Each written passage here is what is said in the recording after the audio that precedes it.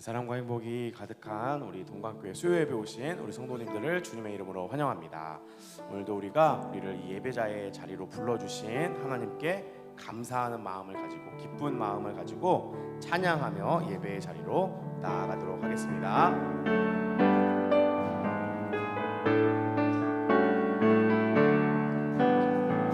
예수 사랑하심은 거룩하신 말일세. 우리들은 약하나 예수 권세. 예수 사랑하심은 거룩하신 말일세. 우리들은 약하나 예수 권세 많도다. 날 사랑하심, 날 사랑하심, 날 사랑하심. 성경에 써있네. 나를 사랑하시고, 나를 사랑하시고, 나의 죄를 다 씻어 하늘 문을 여시고 들어가게 하신. 날 사랑하심, 날 사랑하심, 날 사랑하심, 날 사랑하심. 성경에서 날 사랑하심, 날 사랑하심, 날 사랑하심, 날 사랑하심. 성경에 써있는 날 사랑하심, 날 사랑하심, 날 사랑하심, 날 사랑하심. 성경에서 내가 연약할수록 더욱 귀히 여기사 높은 보좌 위에서 낮은 나를 날 사랑하심, 날 사랑하심, 날 사랑하심, 날 사랑하심. 성경에서 세상 사는 동안에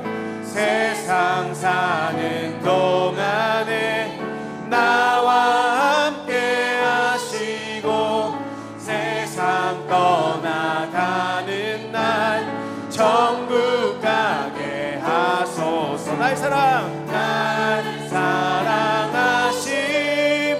날 사랑하심, 날 사랑하심. 성경에서 날 사랑하심, 날 사랑하심, 날 사랑하심, 날 사랑하심. 성경에서 마지막으로 날 사랑하심, 날 사랑하심, 날 사랑하심, 날 사랑하심. 성경에 써있네. 아멘. 우리 박수로 하나님께 영광 돌리겠습니다. 나를 사랑해 주신 하나님 감사합니다.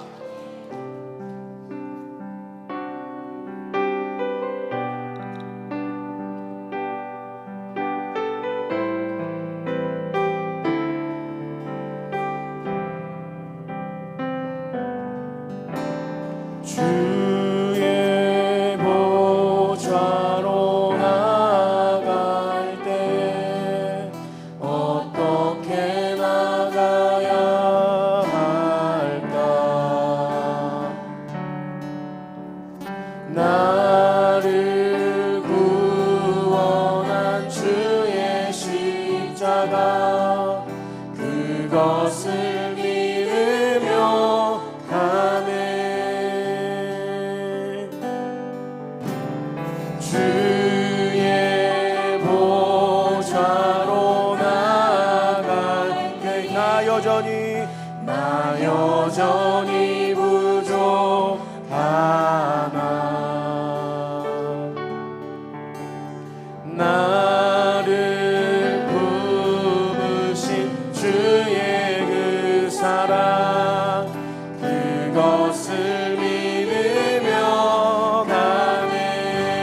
자격 없는 내 힘이 아닌 자격 없는 내 힘이 아닌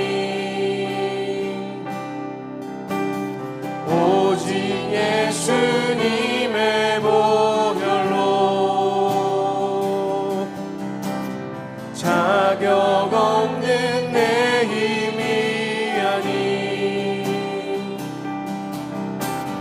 오직 예수님의 보혈로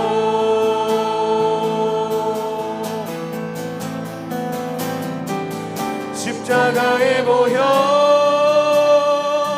완전하신 사랑 힘입어 나아갑니다.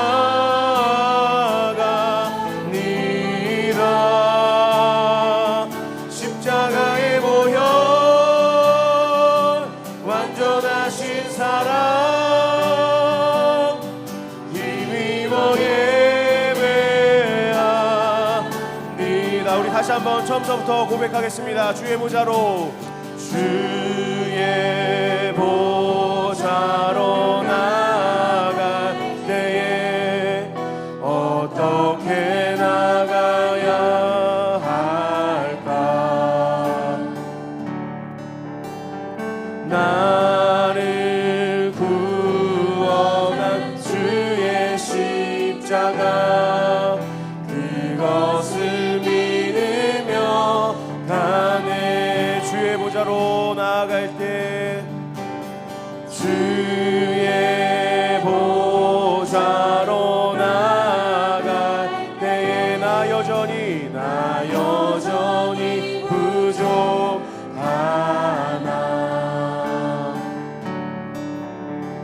나를 부르신 주의 그 사랑 그것을 믿으며 가네. 자격 없는 내 힘이 아닌 오직 예수님의 보혈로 자격 없는 내 힘이 아닌 오직 예수님의 보혈로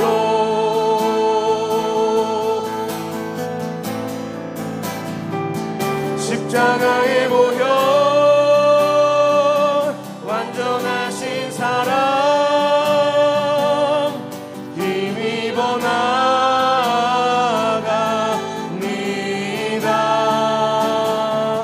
십자가의 보혈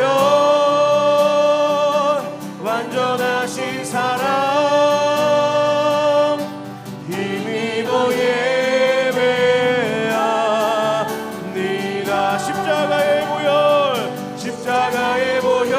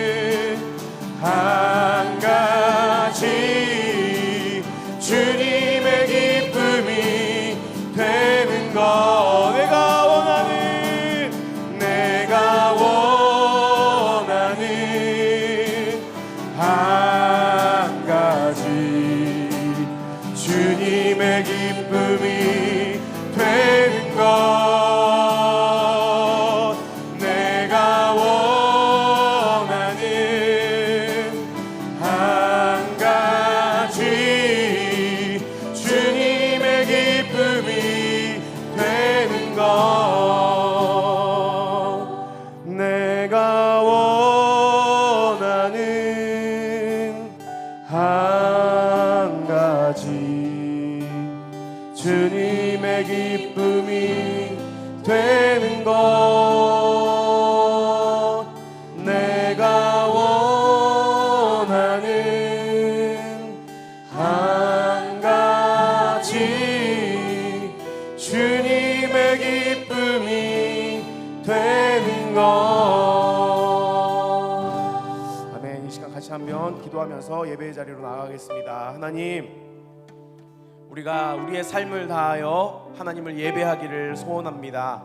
하나님께서 나에게 새롭게 부어주신 예수 그리스도 때문에 새롭게 생긴 나의 이 생명을 하나님의 영광을 위하여 사용하기를 원합니다. 하나님의 기쁨이 되는데 사용하기를 원합니다. 하나님, 나의 아직 죽지 않은 부분들 하나님의 말씀의 힘과 능력으로 죽게 하여 주시고, 하나님의 생명의 말씀의 힘과 능력이 나에게 더하여질 수 있도록 인도하여 주시옵소서. 그래서 내 욕심을 따라 사는 불쌍한 인생이 아니라 하나님 나라를 바라보며 하나님의 힘과 능력으로 살아가는 새 소망이 있는 우리 인생들 될 수 있도록 인도하여 주시옵소서. 연병철 목사님 통하여 선포될 생명의 말씀을 통하여 우리가 다시 한번 그 하나님의 진리의 말씀을 붙잡게 하여 주시고, 우리의 영혼이 하나님의 말씀의 힘과 능력과 생명력으로 충만해지는 이 예배의 자리 될 수 있도록 인도하여 주시옵소서. 하나님, 우리에게 은혜 허락하여 주시옵소서 라는 마음 가지고 우리 주여 한번 부르시고 함께 기도하겠습니다.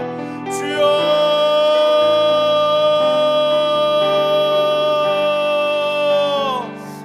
감사합니다. 오늘도 우리를 이 예배의 자리로 불러주셔서 감사합니다. 우리는 하나님께 나아올 아무런 자격도 없고 조건도 안 갖춰진 불쌍하고 연약한 인생이지만, 그런 우리를 불쌍히 여겨주셔서 하나님 자녀 삼아주시고 이렇게 귀하고 복된 예배의 자리로 우리를 불러주시니 감사합니다. 하나님, 이 예배의 자리를 통하여 하나님께서 부어주시는 힘과 능력을 우리가 얻어가기를 소망합니다. 하나님께서 부어주시는 힘과 능력으로 우리를 충만하게 채워 주시옵소서. 생명의 말씀 앞에 나아갑니다. 하나님의 생명의 말씀으로 우리의 죽은 영혼, 우리의 잠자는 영혼 다시 한번 깨워주시고 새로운 힘과 능력을 더하여 주시옵소서. 세상의 사고방식이 깨지게 하여 주시고 하나님 나라의 방식으로 세상을 살아갈 수 있는 힘과 능력을 얻어갈 수 있도록 주님 축복하여 주시옵소서. 우리가 이 시간 겸손하게 은혜를 구합니다. 하나님, 우리에게 은혜 허락하여 주시옵소서. 하나님의 생명의 말씀의 힘과 능력으로 우리를 채워 주시옵소서. 불쌍히 여겨 주시옵소서.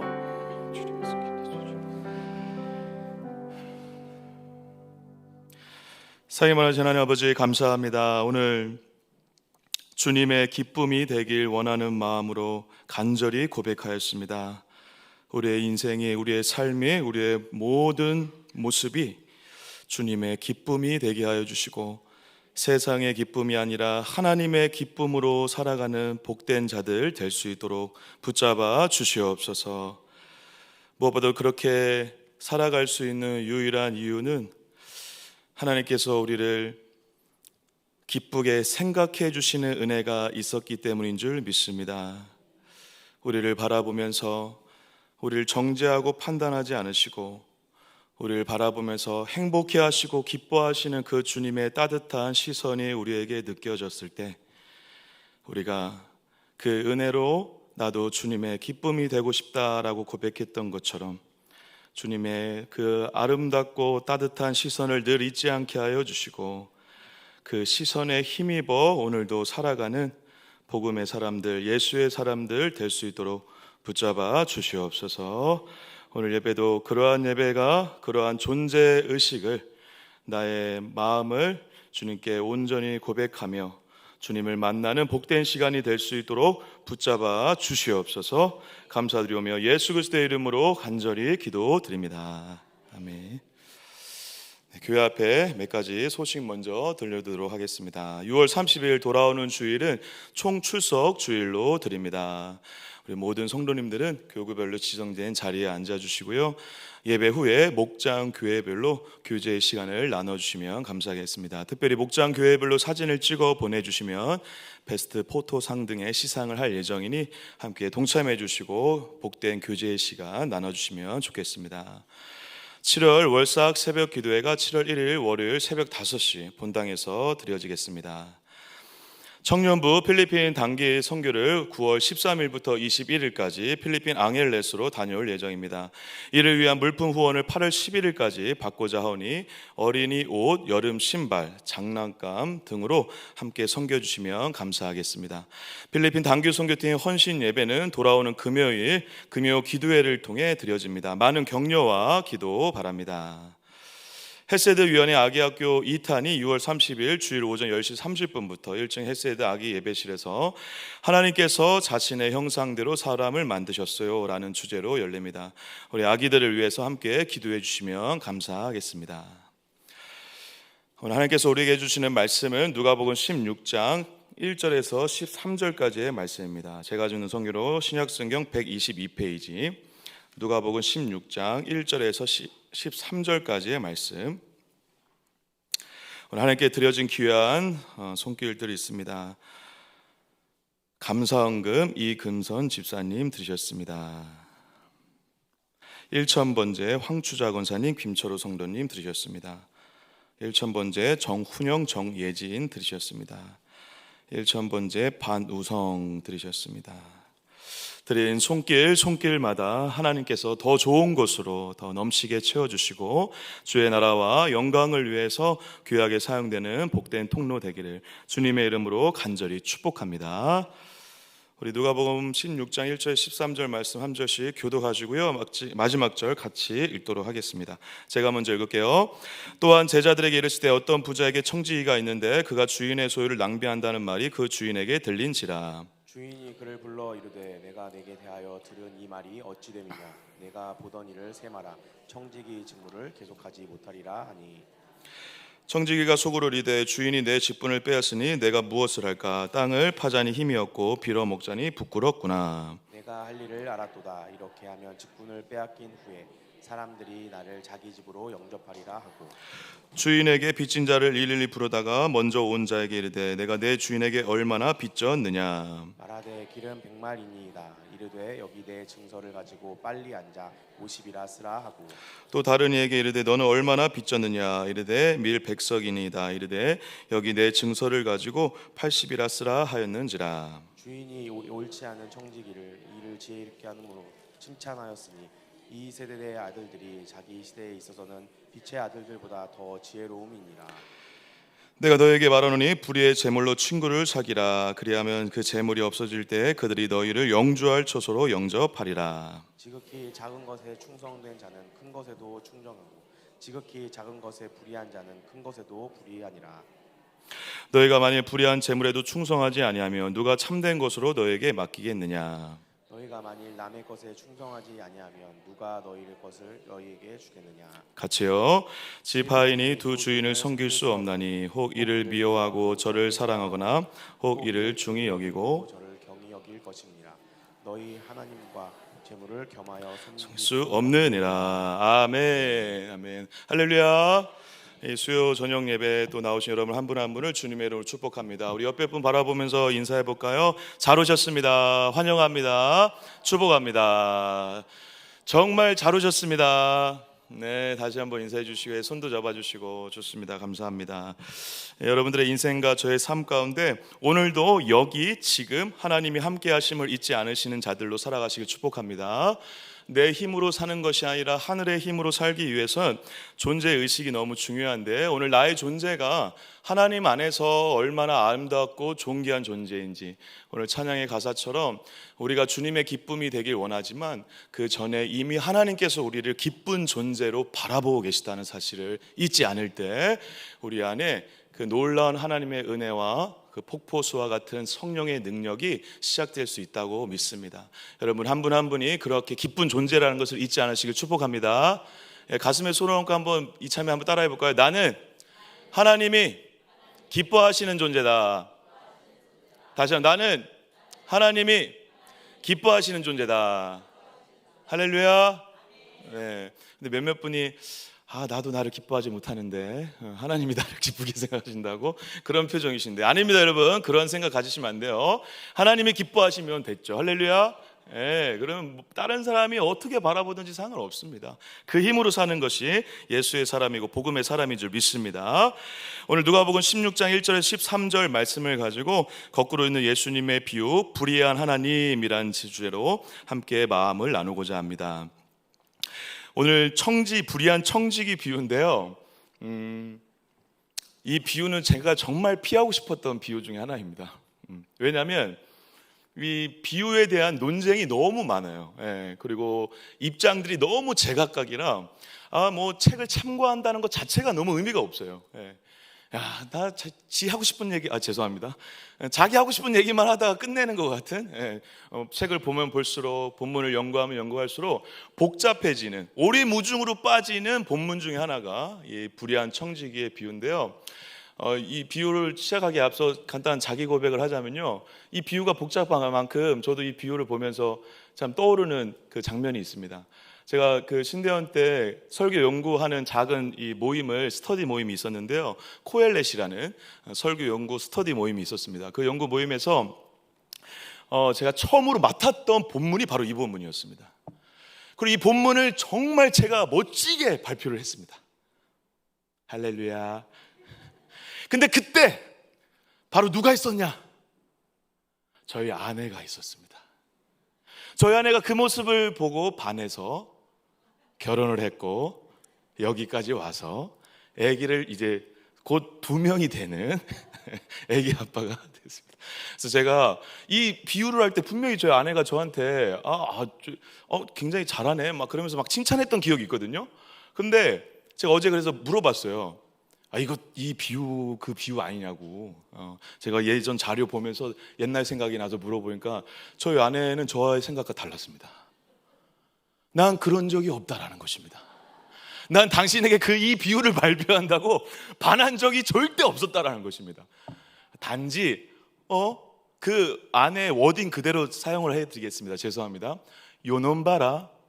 약간 이런 눈빛으로 저를 바라봤다라고 하는데, 저는 그것이 저를 너무 멋지게 생각하고 저에게 반해서 역시, 그래서 아내가 저를 좋아하는 줄 알고 착각을 했는데, 저의 생각과 아내의 생각은 이렇게 다르고 비유는 난장판이 되는 그런 상황 가운데 있었는데요. 오늘 이 비유도 생각이 너무 제각각이죠. 그래서 많은 사람들이 이 비유를 분석한 결과 너무 분석하는 것 자체가 어려워서 마지막 구절 있죠. 오늘 읽었던 16장 13절의 말씀, 이 한 구절에 예수님의 어떤 의미가 담겨져 있을 것이다 해서 하나님과 재물에 대한 어떤 재태칭, 진짜 인생의 주인이 하나님이냐 재물이냐, 그러한 방식으로 결론을 짓는 경우가 많이 있습니다. 그런데 여러분, 그 결론이 너무 저에게도 오늘 우리가 나눌 본문 말씀, 제가 이제 같이 나눌 내용에도 포함되어 있지만, 저희가 이 비유를 조금 더 잘 이해하기 위해서 저와 여러분들에게 이 제안을 한 가지 드리겠습니다. 그것은 뭐냐면, 키워드를 잘 기억하는 방식으로 비유를 접근하시면 됩니다. 그래서 오늘 3가지 비유의 특징을 얘기 드리면서 키워드를 미리 말씀드릴 텐데, 그 키워드를 잘 가슴에 품고 이 비유를 보시면 어느 정도 전체적인 그림이 보이실 겁니다. 그 그림을 가지고 이해를 하시면 됩니다. 자, 첫 번째로 한번 따라해 볼까요? 비유는 과장과 역설이다. 무슨 말이냐 여러분, 이 비유를 많은 사람들이 이해 못하는 이유가 뭐죠? 불의한 청지기인데 칭찬을 받았다라는 것입니다. 말이 안 되는 거죠. 마치 이런 거죠. 저희 어머님이 자주 하는 실수이신데요, 따뜻한 아이스 아메리카노 좀 줘. 웃지 않으시는 분들은 지금 이해를 못하고 계시는 겁니다. 지금 이해가 지금 웃어야 정상이십니다. 따뜻한 아이스 아메리카노 좀 줘. 할렐루야. 저희 어머니가 아이스 아메리카노를 좋아하시는데요, 따뜻한 걸 찾고 싶을 때도 있잖아요. 따뜻한 아이스 아메리카노 줘. 이게 지금 그러한 상황인 거예요. 불의한 청지기인데 칭찬을 받은 거죠.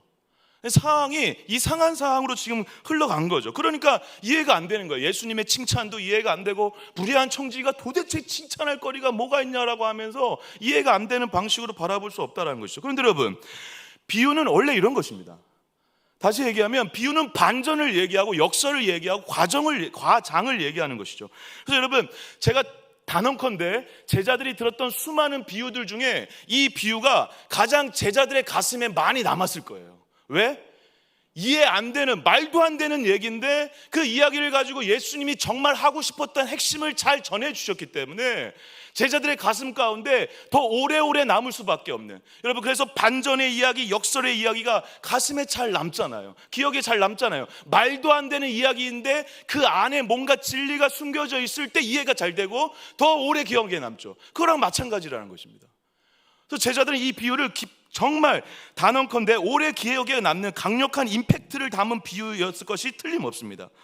그런데 제가 왜 과장과 역설이라고 얘기하냐면, 여러분들, 우리가 대화를 하거나 삶의 생활을 할 때도 많이 나타나는 경우지만 우리가 진짜 중요한 목적, 진짜 중요한 핵심 내용이 있지만 그 내용을 위해서 과장을 하거나 극대화시키거나 거짓말을 하거나 그런 경우가 있죠. 예를 들면 이런 거죠. 저희 아버님도 제가 결혼할 때 굉장히 반대를 하셨는데, 반대한 이유가 뭐였냐면 얼굴이 못생겨서도 아니고 돈을 못 벌 것 같았었습니다. 왜냐하면 목회자이기 때문에 처자식을 먹여 살릴 수 있을 것이냐, 그리고 저희 아내도 이제 사역을 하는 자였기 때문에, 야, 니네들이 결혼해가지고 이거 어떻게 되겠냐, 자기 따님을 귀하게 키운 딸이 사역을 열심히 하면서 사역을 뒷바라지 해줄 수 있는 그런 번듯한 직장 다니는 사람 만나면 얼마나 좋겠습니까? 제가 아버지라도 제가 지우가 결혼한다고 할 때 저는 그런 놈은 반대할 거예요, 저도. 그런데 찬성해야 되겠죠, 아이가 좋다면. 근데 그 장인어른께서 저에게 직접적으로 그렇게 얘기하지 않으시지만 그런 걱정을 하셨거든요. 근데 만약에 장인어른께서 저에게 이렇게 얘기하신다고 들어보세요. 처자식을 먹여 살리기도 어려운 저를 보면서, 그리고 실제로 그렇게 먹여 살리기 어려운 상황에 놓여 있을 때 장인어른께서, 야 임마, 네가 임마 결혼을 해가지고 처자식이 낳았으면 도둑질을 해서라도 처자식을 먹여 살려야지, 이렇게 만약에 얘기했다면 제가 가서 도둑질 해야 됩니까, 여러분? 아니죠. 장인어른의 의도는 뭐죠? 처자식을 먹여 살려라, 좀 잘 좀 어떻게 해봐라, 이게 너의 인생의 정말 중요한 목적이 아니냐. 그리고 장인어른 입장에서 할 수 있는 최선의 말이죠. 그런데 그것을 얘기하다 보니 도둑질이라도 해라 라고 하는 방식으로 과장을 해서 얘기하신 거죠. 그 얘기를 듣고 제가 도둑질을 하면 안 되잖아요. 마찬가지라는 거예요. 지금 비유 얘기를 듣고 불의한 청직하고 똑같이 하라는 게 아니라, 불의한 청지기의 이야기에 담겨진 어떤 요소가 있는데, 목적이 있는데 그 내용을 잘 기억해 두라라는 것입니다. 불의한 청지기처럼 똑같이 하라는 게 아닙니다, 여러분. 그래서 칭찬하신 게 아닙니다. 가서 그래 불의한 청지기처럼 똑같이 막 주인의 재산을 막 낭비하고 탕진하고 막 누구 막 빚 갚아주고 그러시면 안 됩니다. 그걸 지금 말씀하시는 게 아니죠. 그만큼 주님의 초점, 예수님의 초점은 이 불의한 청지기의 어떤 한 행동을 잘해서라기보다는 그 행동 안에 담겨져 있는 어떤 의미와 어떤 목적이 있는데 그것을 지금 칭찬하고 있다는 것입니다. 그걸 이제 우리가 같이 찾아가 볼 예정입니다. 잘 기억해 두십시오. 두 번째, 한번 따라해 보겠습니다. 비유는 결론과 독자가 중요하다. 예, 그래서 제가 누구인지가 절대적이다 그렇게 좀 풀어서 설명을 했는데요. 결론과 독자가 중요하다. 왜냐하면 여러분, 비유를 보실 때 예수님의 비유를 지금까지 보셨잖아요. 그리고 앞으로도 계속 보실 텐데 읽으시면서 여러분들 기억해야 될 사실은 뭐냐면, 이 비유를 예수님이 얘기하시면서 얘기를 풀어서 결론적인 얘기를 아예 얘기하시는 비유가 있어요.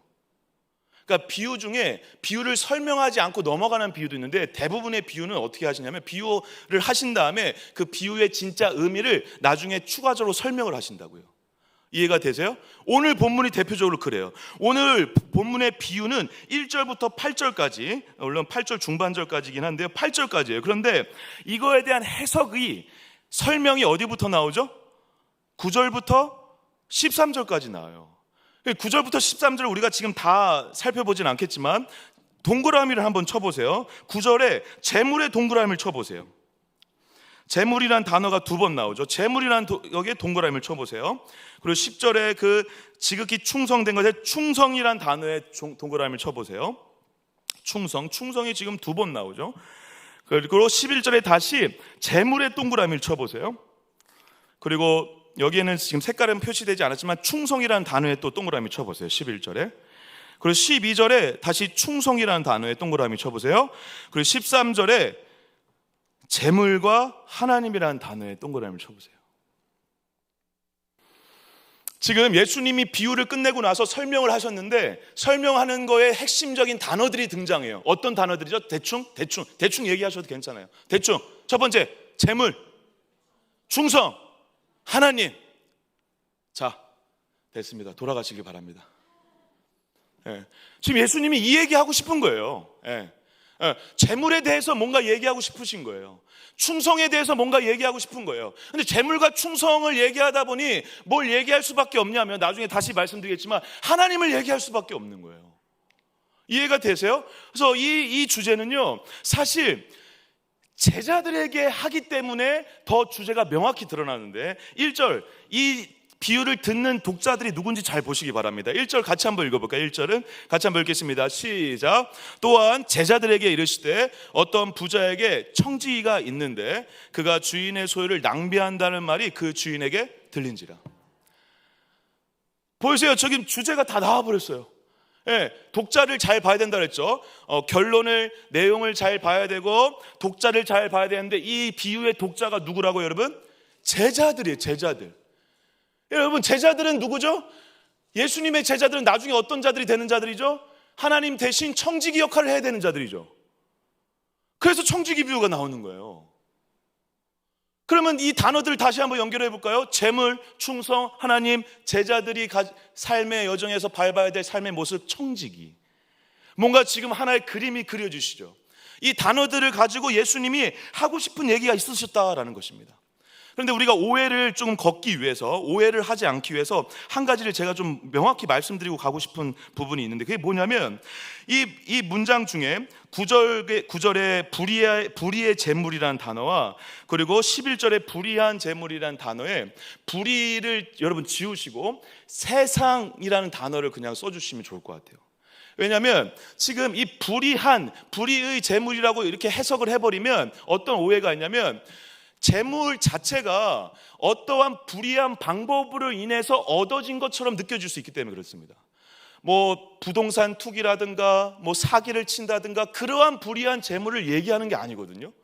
재물은 여러분 원래 재물 그 자체로 필요하고 중요한 거죠. 근데 이것을 어떻게 쓰느냐에 따라서 불의한 게 될 수 있잖아요, 그죠?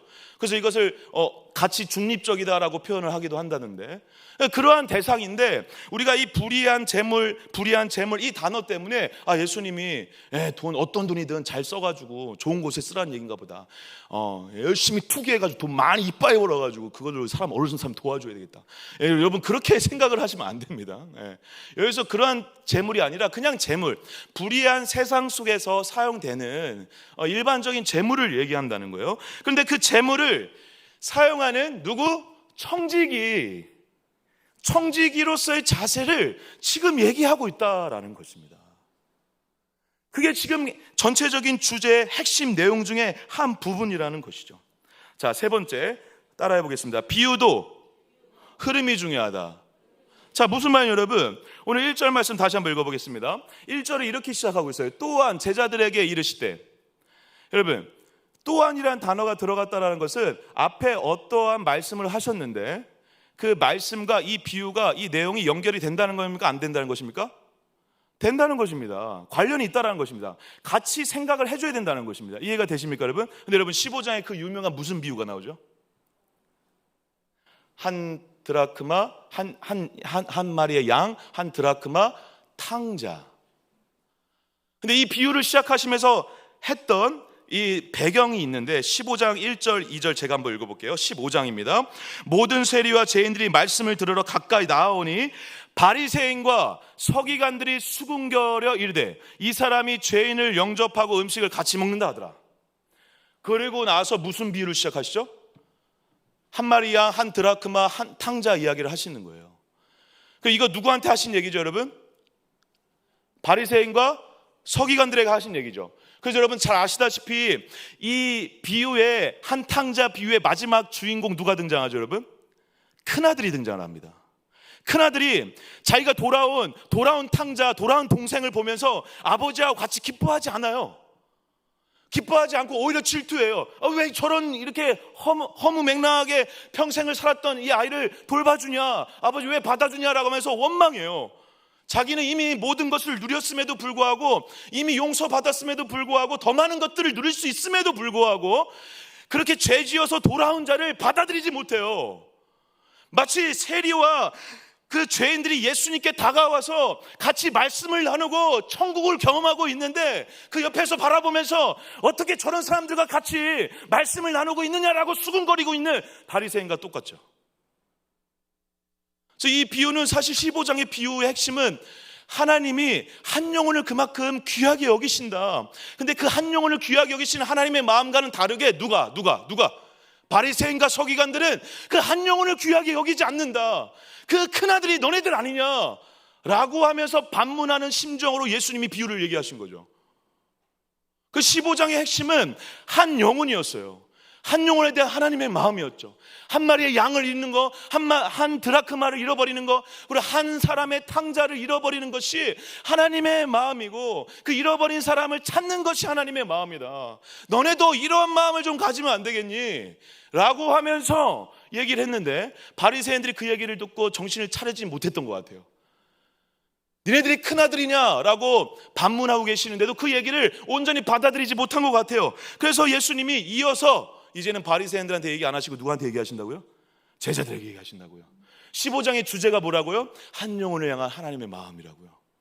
한 영혼에 대한 하나님의 마음으로 이제 제자들에게 어떻게 하라는 거예요? 너네들도 바리새인처럼 저러지 말고 한 영혼을 향한 하나님의 마음으로 영혼을 바라보고 사람을 바라봐야 된다는 것입니다. 그래서 이 비유가 연결되어 있는 거예요. 딱 붙어 있는 거예요. 그러면 지금 그림이 그려주세요. 할렐루야. 열을 올리고 있는 저만 보이는 거죠. 그림이 보여주세요. 이제 제자들에게 이제 예수님이 승천하셔서 이 땅에 하나님의 청지기로 살아야 돼요. 근데 하나님의 청지기로 사는 것이 돈 잘 쓰는 게 중요한 게 아니라 그것이 들어가 있지만, 하나님의 청지기로 사는 자가 잊지 말아야 중요한 것이 있는데 한 영혼을 하나님의 마음으로 끝까지 바라볼 수 있어야 된다는 것입니다. 그게 왜 그런 주제가 나오는지 같이 한번 살펴보도록 하겠습니다. 아까 말씀드린 대로 이 중요한 핵심 이 청지기들인 제자들에게 하시고 싶은 얘기들을 극대화시키기 위해서 불의한 청지기 비유를 시작하셨는데, 불의한 청지기의 비유 첫 번째 이렇게 시작해요. 제가 한번 읽어볼게요. 어떤 부자에게 청지기가 있는데 그 주인의 소유를 낭비한다라는 것입니다.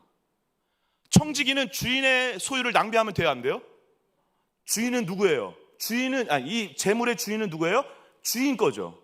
근데 그 주인이 청지기한테 맡겼는데 청지기가 마치 자기가 주인인 양 낭비했다라는 것입니다. 누구 걸? 주인 걸. 근데 그게 어떻게 돼요? 지금 소문에 들려버려요. 들리자 주인이 불러요. 청지기를 불러서, 야, 너 지금 소문을 듣자니 너 심상치가 않다. 너 내가 다 보고 있었어. 나 다 듣고 있었어. 너 이렇게 해서는 내 재물을 지금 우리 소유를 감당할 수가 없을 것 같아. 라고 하면서 You are fire. 너 끝이야. 해고야. 라고 하면서 세물하라라고 이렇게 얘기를 해요. 그 얘기를 듣고 청지기가 낭비했을 때 주인이 해고 명령을 내려요. 잘 기억해 주세요. 낭비했을 때 주인이 해고 명령을 내려요. 그런데 청지기가 이렇게 생각을 한다는 것입니다. 3, 4절 한번 잘 읽어볼까요? 3, 4절 같이 한번 읽어주시죠. 시작. 청지기가 속으로 이르되 주인이 내 직분을 빼앗으니 내가 무엇을 할까? 땅을 파자니 힘이 없고 빌어 먹자니 부끄럽구나. 내가 할 일을 알았도다. 이렇게 하면 직분을 빼앗긴 후에 사람들이 나를 자기 집으로 영접하리라 하고. 3절에 이것이 두려워서 4절에 이제 구체적으로 해야 할 일을 얘기하는데, 이렇게 해야 내가 그들이 나를 자기 집으로 영접하리라 하고 보이는 행동이 뭐예요? 5절, 6절, 7절이에요. 어떻게 해요? 주인에게 빚진 자들을 불러서 어떻게 하죠? 빚진 것을 탕감해줘요. 주인이 낭비했을 때 해고 명령을 내렸어요. 그런데 이 해고 명령을 듣고 이 청지기가 뭐라고 막 생각을 하더니 어떻게 하냐면 주인에게 빚진 자들의 빚을 탕감해줘요. 사람들을 불러서.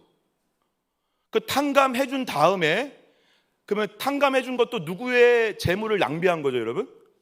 주인의 재물을 낭비한 거예요. 그러면 원래 방식대로 하면 주인의 재물을 낭비했을 때 처음에 어떻게 됐다고요? 요 파이어, 너 해고야, 너 끝이야 라고 했는데 주인의 재물을 똑같이 낭비했는데 지금 뭐라고 얘기하고 있어요 주인이? 7절 제가 읽어볼게요. 또 다른 이에게 이르되 너는 얼마나 빚졌느냐 이르되 밀 100석이네 이르되 여기 내 증서를 가지고 80을 하라 하는 자. 이때 8절 읽을게요. 주인이 이 옳지 않은 청지기가 이를 지혜 있게 하였으므로 칭찬하였으니. 자, 낭비를 했으면 해고를 했어요. 그래서 해고를 한 게 정상이에요. 지금도 지금 빚을 탕감해 주면서 주인의 재산을 낭비했기 때문에 내쫓아야 돼요. 근데 주인이 어떻게 했다고요? 칭찬을 했어요. 그럼 이 두 앞뒤 맥락에서 다른 건 딱 한 가지밖에 없어요. 어디? 아까 읽었던 어디? 청지기의 생각을 한번 보자는 거예요. 지금 4절이 그래서 핵심이에요. 핵심. 4절이 지금 뭔가 있는 거예요. 지금 똑같이 낭비를 했는데 하나는 지금 파이어, 너 해고라는 명령을 당하고, 하나는 아니다, 너 칭찬받을 만하다, 지혜 있다라고 하는 거예요. 그러면 뭐라고 생각했기 때문에 그럴까? 4절 한번 다시 한번 읽어보겠습니다. 4절 시작. 내가 할 일을 알았도다.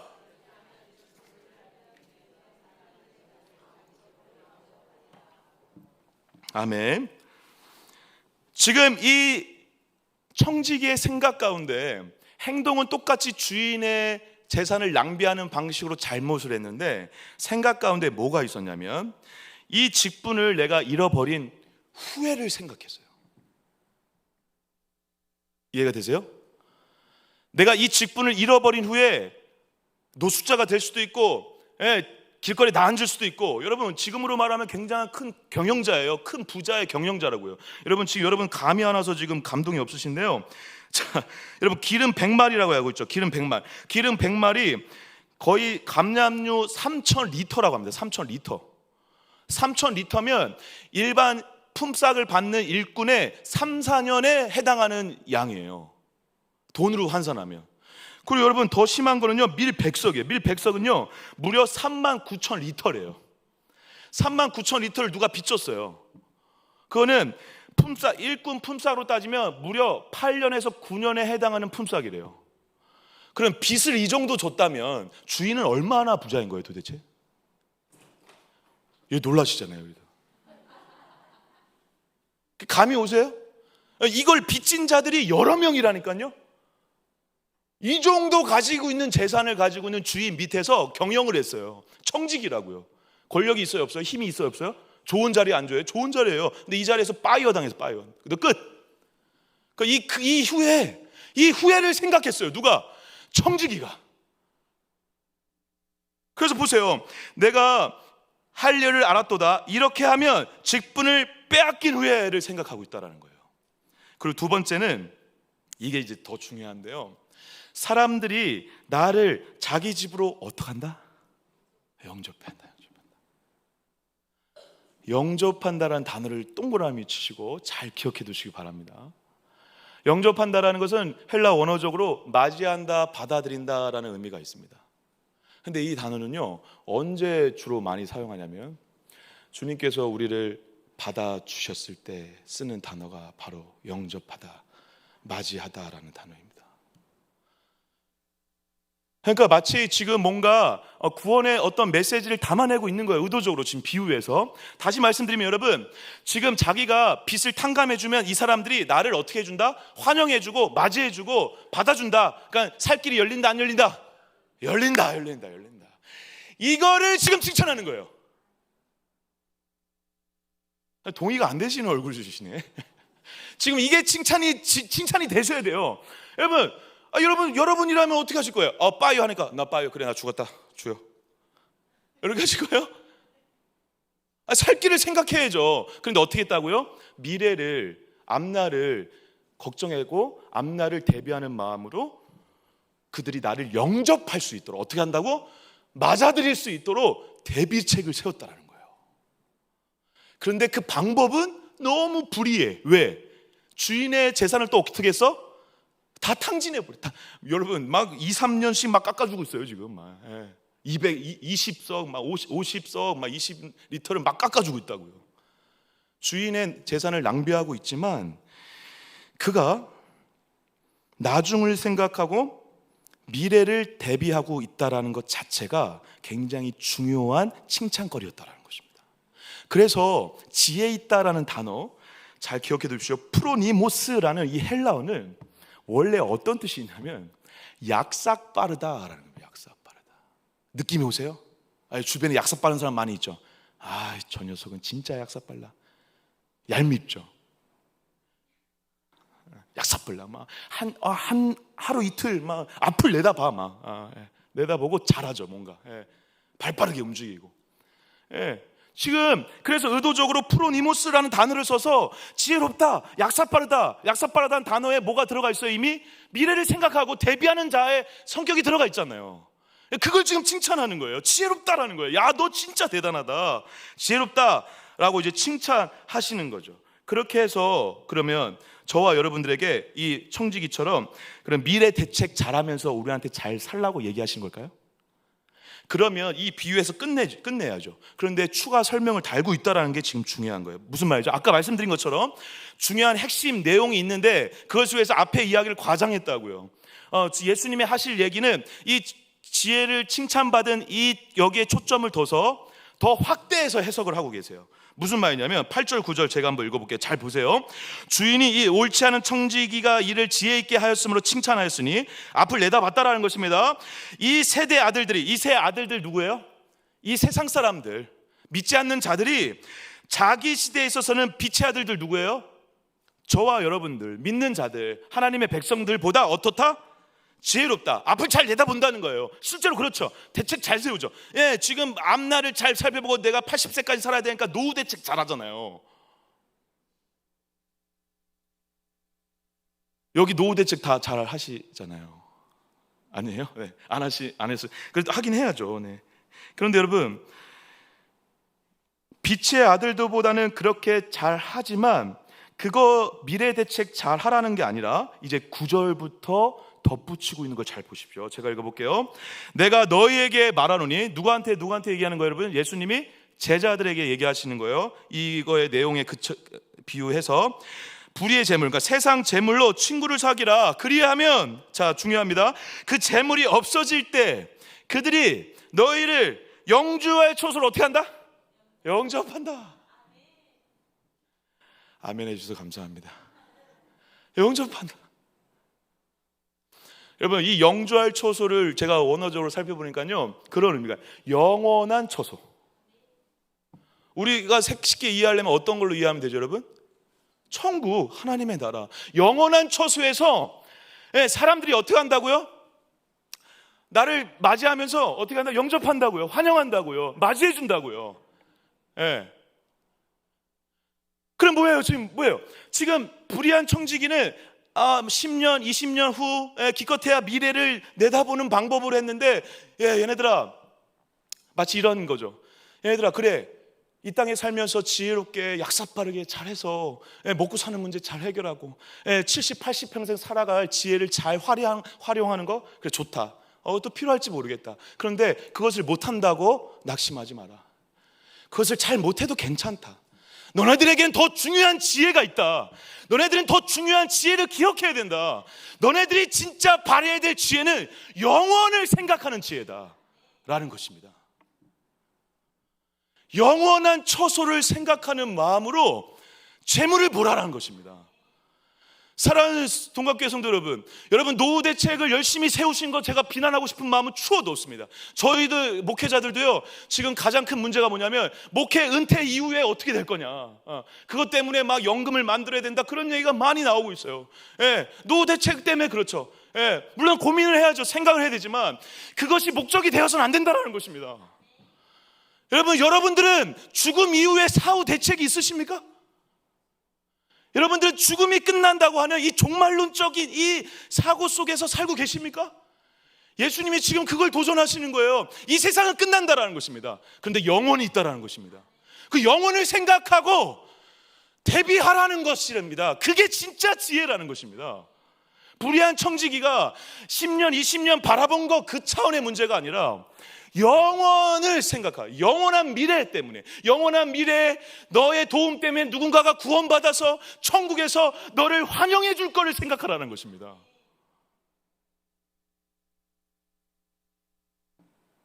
그래서 재물로 친구를 사귀라는 것은 재물로 친구들과 친하게 지내는 것이 아니라 다르게 얘기하면 어떤 거죠? 사람들을 섬기라라는 것입니다. 우리말로 굳이 얘기하자면 구제하고 전도하고 우리가 가진 재물을, 그리고 이 다음 문단에서 나오지만 재물뿐만 아니라 어떤 것까지 확대가 될 수 있죠? 하나님이 주신 모든 것, 청지기로서 우리에게 주신 모든 것, 여러분 재물뿐 아니라 더 많은 것들을 더 많이 주셨죠. 가족도 주셨죠. 능력도 주시고 권력도 주시고 은사도 주시고 재능도 주시고 다 주셨잖아요. 그 모든 청지기적으로 받은 모든 것, 그 모든 것을 어디에 쓰는 거? 사람을 돕고 그 사람이 구원받는데 쓰는 거. 어디를 생각하면서? 영원한 처소를 생각하면서. 그게 지혜롭다라는 것입니다.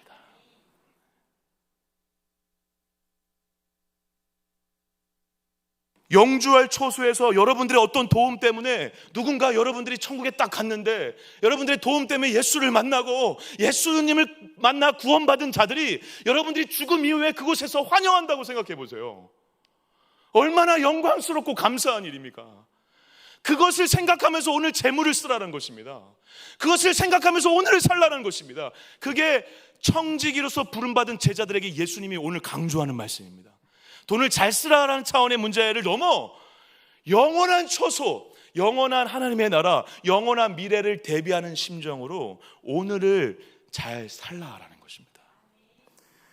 여러분 사실 그렇지만 이 사후 대책, 이 종말론적 관점에서 재물을 사용하는 거, 이것은 여러분 계속 사실 반복되었던 얘기이기도 합니다. 예수님이 실제로 노골적으로 누가복음 12장에는 이런 얘기도 하시잖아요. 누가복음 12장 33절입니다. 제가 한번 읽어볼게요. 너의 소유를 팔아 구제하여 낡아지지 아니하는 배낭을 만들라. 그 하늘에 둔 바 다함이 없는 보물이니 거기는 도둑도 가까이 있는 일이 없고 좀도 먹는 일이 없느니라. 사랑하는 제자들아, 너희들이 바리새인처럼 돈 좋아하는 애들이고 돈을 따라가는 자들이 아니라면, 예수님 믿는 자들이라면, 하나님 대신에 이 땅의 청지기로서 부름받아 모든 것을 가진 자지만 내 것이 아닌 자로 살아가는 자들이라면, 너네들이 이것을 가지고 영원한 하나님의 나라를 기대하며 그곳에서 만날 사람들을 기대하며 사람들을 섬기고 교제하고 나누고 베풀고 전도해라. 그렇게 될 때 하늘에 영원히 썩지 않는 보화가 쌓이는 것이나 다름없다라고 얘기하는 것입니다. 저는 여러분에게 헌금 많이 해서 구제 활동을 하시라는 얘기를 드리는 것이 아닙니다. 여러분들의 모든 재물과 모든 삶의 영역들에 사용되고 있는 그 모든 것들이 목적이 무엇인가를 지금 생각하셔야 된다는 것입니다. 제가 생각하면서 말을 만들어 보세요. 좀 유치하지만 여러분, 세상 재테크보다, 따라해볼까요? 세상 재테크보다 천국 재테크를 잘하자. 제가 만들었습니다. 어디서 써먹을 때 꼭 제 이름을 얘기해 주시기 바랍니다. 세상 재테크보다 천국 재테크를 잘해야 된다는 것입니다. 여러분, 구제와 전도를 그래서 열심히 하셔야 돼요. 특별히 이번에 우리 동해 전도 축제를 하면서 어떤 집사님이 그러한 고백을 하시더라고요. 매주 뭐 음식을 만들어서 싸주고 목사님, 처음에 그분이 그러셨어요. 목사님, 이거 꼭 해야 됩니까? 뭐 너무 형식적인 거 아닙니까? 그래서 제가 일단 해보십시오.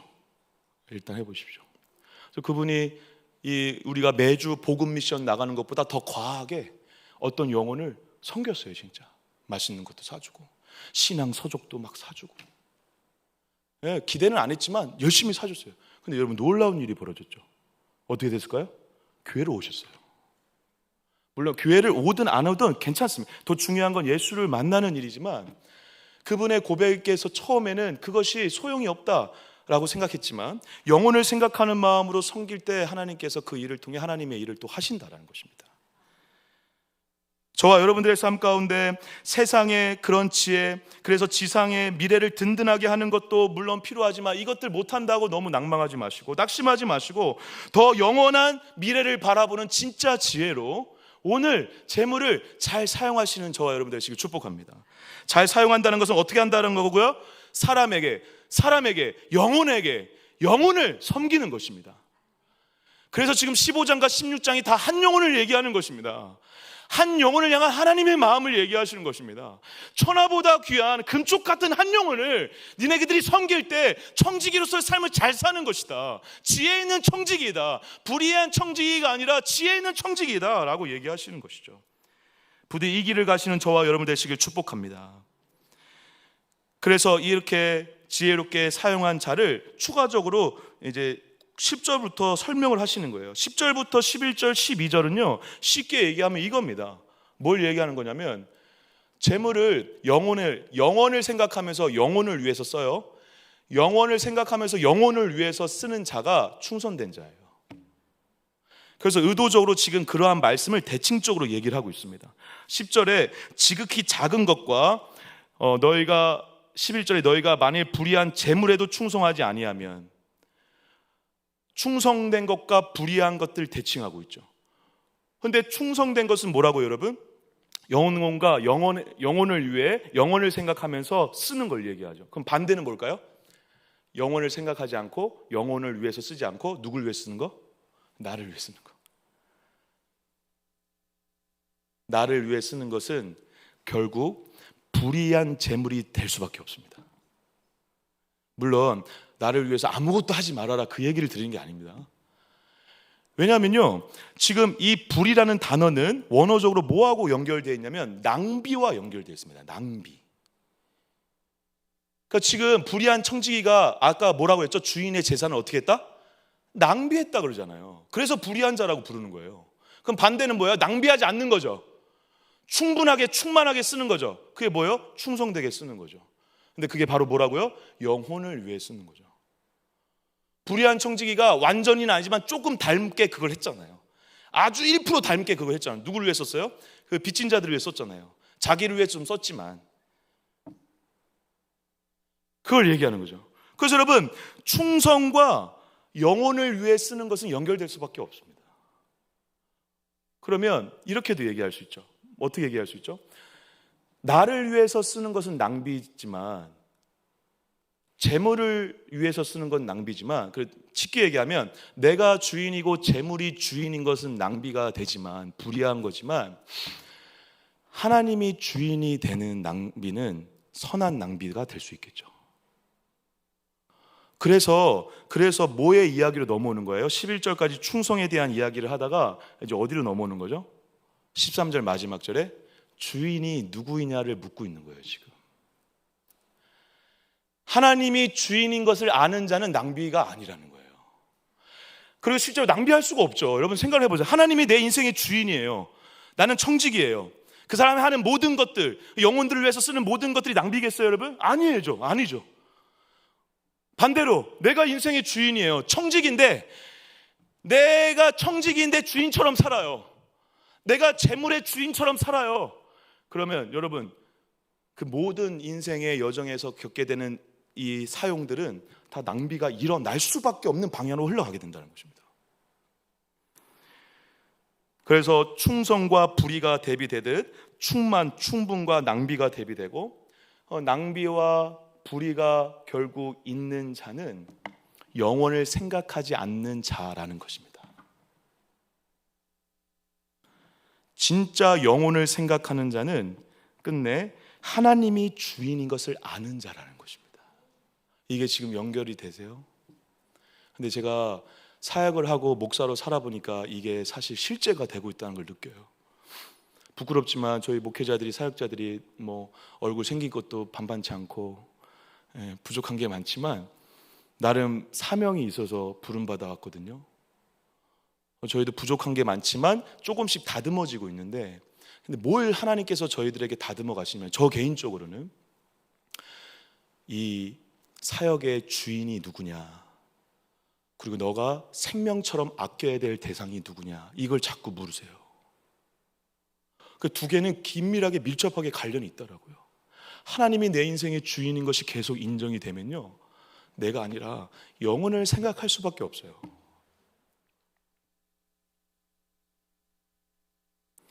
하나님을 진짜 사랑하고 예배하는 자는요, 자기의 어떠함 때문에 분내고 남의 어떠함 때문에 화내는 자가 아니라, 하나님이 주인이신 자는 남이 구원받는 문제에 관심이 있을 수밖에 없어요. 저와 여러분들의 인생의 주인은 누구세요? 설교 강단에서 우리 사역자들과 담임 목사님들이 매일 강조하는 그 말씀을 들으시면서 오늘 진짜 내 인생의 주인이 하나님이고 난 청직이다라고 하는 이 인식이 있으세요? 이게 있을 때 여러분들의 인생 가운데 천하보다 귀한 한 영혼을 향한 하나님의 마음이 부어지는 거예요. 전도 축제가 이제 끝나갑니다, 여러분. 저는 끝난 이유가 더 중요하다고 생각합니다. 여러분들의 인생의 목적이 어디 있으세요? 이 땅이세요? 이 땅에 잘 먹고 잘 사는 거세요? 그건 인생의 주인이 하나님이 아니라는 증거고 영혼에 대한 마음이 없다라는 증거입니다. 근데 내 인생의 주인이 하나님이고, 그래서 영원한 처소에서 나를 맞이할 사람들을 만날 것을 기대하고 있고, 그래서 오늘 청지기로 살아가는 나의 인생 가운데 가장 중요한 것은 내가 가지고 있는 모든 재물과 은사와 달란트를 통해 그 한 영혼을 섬기는 거다라고 얘기하는 자, 이 자가 지혜로운 청지기라는 것입니다.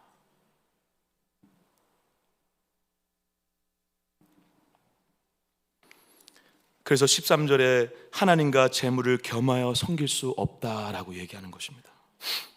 저와 여러분들에게 진짜 하나님이 주인이 되어주시는 은혜와 축복이 있으시길 간절히 소망합니다. 그리고 이게 실제가 되도록 매일 다시 묵상하셔야 합니다. 모든 결정의 순간 하나님이 주인인 것처럼 결정을 하셔야 됩니다. 다르게 얘기하면 모든 결정의 순간 나는 청직이다라는 인식으로 결정을 하셔야 합니다. 모든 결정의 순간 나는 주인께 맡겨진 자다라는 인식으로 살아가실 때 영원한 처소에서 우리를 맞이할 사람들과 함께 천국의 길을 걸어가는 영광과 기쁨을 누릴 수 있게 될 줄 믿습니다. 그런데 여러분, 제가 이 본문 말씀을 묵상하면서 이제 마쳐야 되는데요, 주인을 하나님이라 아는 것이 너무 중요한데, 하나님을 나의 인생의 주인으로 알아가기 위해선 너무도 당연한 얘기지만 주인이 어떤 분인지를 알아가는 것이 너무도 필요합니다. 주인이 어떤 분인가를 알아가면 알아갈수록 이걸 배워갈 때 여러분들이 청지기의 삶을 제대로 살아갈 수 있습니다. 청지기의 삶은, 불의한 청지기의 인생의 반전은 어디에서 일어났냐면 주인이 어떠한 자인지를 알았을 때 일어났습니다. 제가 이 부분 때문에 참 큰 은혜가 있었는데요, 2절 3절 제가 한번 이제 마지막으로 읽고 정리하겠습니다. 16장 2절 3절입니다. 우리 같이 한번 읽어주실까요? 시작. 주인이 그를 불러 이르되,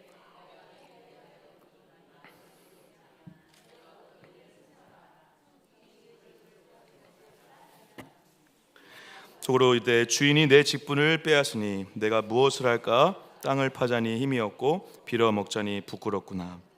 사랑하는 여러분, 청지기가 속으로 내 직분을 빼앗는다고 얘기했지만 여전히 뭐라고 부르고 있어요, 여러분? 주인이라고 부르고 있습니다. 그럼 주인이 어떤 분인가를 지금 알고 있다는 것입니다. 근데 어떤 분인 게 왜 드러나냐면 2절에 어찌 됨이냐 하고 나서 내가 보던 일을 세마라라고 하고 있습니다. 사랑하는 여러분, 이런 주인은 없습니다. 이해가 되십니까, 여러분? 이런 목사님 세마, 이게 뭐 당연한 일 아니에요, 여러분. 그때 당시에 만약에 청지기가 자기 주인의 재산을 탕진하거나 낭비했다, 그럼 어떻게 했을까요? 원래 주인들은 어떻게 했을까요? 바로 감옥에 보내버립니다. 그런데 이 청지기 비유에 나오는 주인이 바로 감옥에 안 보내요. 그래서 이 감옥에 보내지 않는 이 주인의 뭔가가 느껴진 거죠. 그리고 여러분, 이전부터 원래 이 주인에 대해서 이 청지기는, 불의한 청지기는 뭐라고 생각했을까요? 주인을 너무 얕게 봤죠. 그런데 주인은 너무 너그러운 사람이었죠. 저는 이 전에 이미 수많은 소문들이 이미 들렸을 것이라 생각되어집니다. 하루 이틀이 아니었겠죠. 여러분, 근데 이 청지기를 주인이 계속 용서하고 계속 용서해 왔다라는 거예요. 계속 은혜를 베풀고 은혜를 베풀어 왔다라는 거예요. 계속 너그럽게 해왔다라는 거예요. 그리고 이 해고하는 이 순간에도 바로 해고하지 않고 또 기다려준 거예요, 여러분. 또 기다려줬어요. 이런 주인은 없어요. 이런 주인의 은혜 때문에 불의한 청지기가 이러한 결정을 할 수 있었다는 것입니다. 근데 저와 여러분들의 주인이신 하나님도 마찬가지죠. 저와 여러분들의 주인이신 하나님이 오늘 잘못했다고 다 쓸어버리십니까? 그러면 살아남을 사람 하나도 없습니다, 여러분. 근데 우리 하나님은 또 오늘 기다려주시는 거죠. 또 오늘 용서해 주시는 거죠. 또 오늘 은혜를 베풀어 주시는 거예요. 또 오늘 그렇게 새말 기회를 주시는 거예요.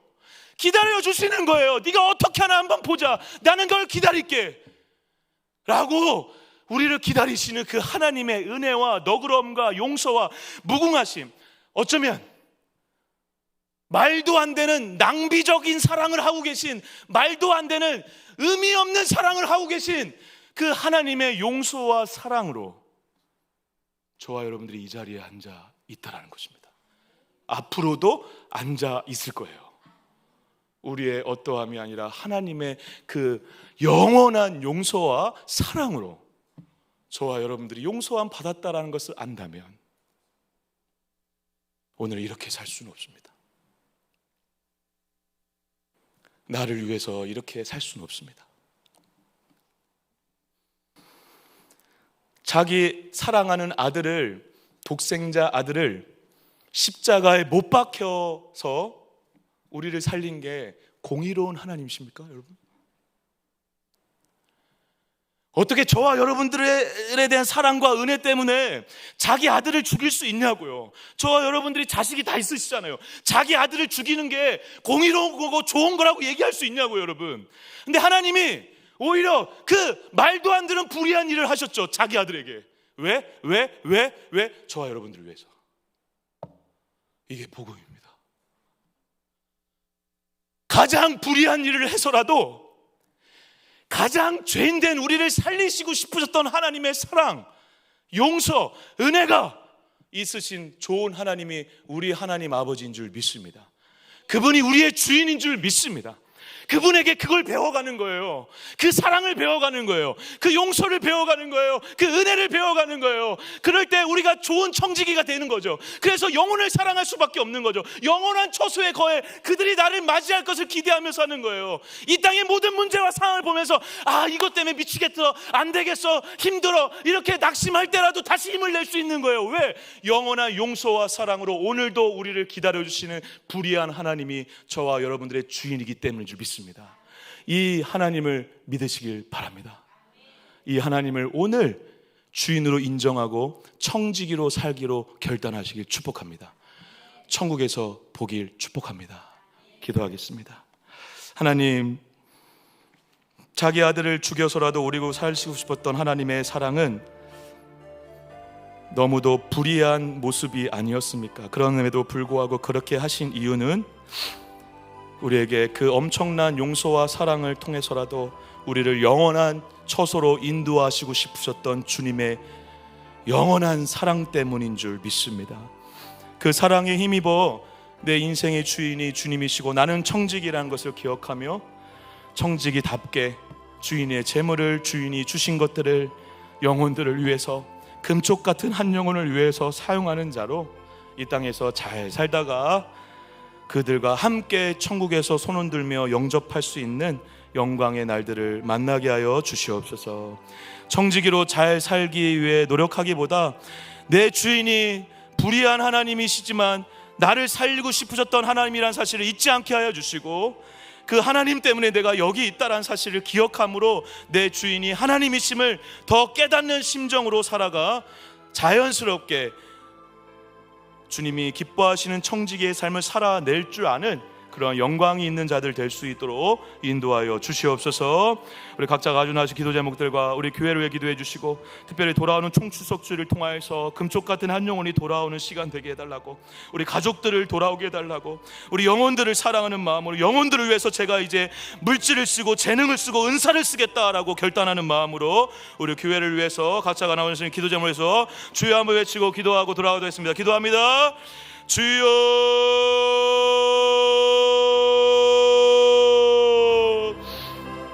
하나님, 그렇습니다. 우리에게 심령과 마음 가운데 오늘도 이 말씀을 통해서 하나님이 어떠한 분이신지를 알려주심에 감사합니다. 그 하나님이 우리의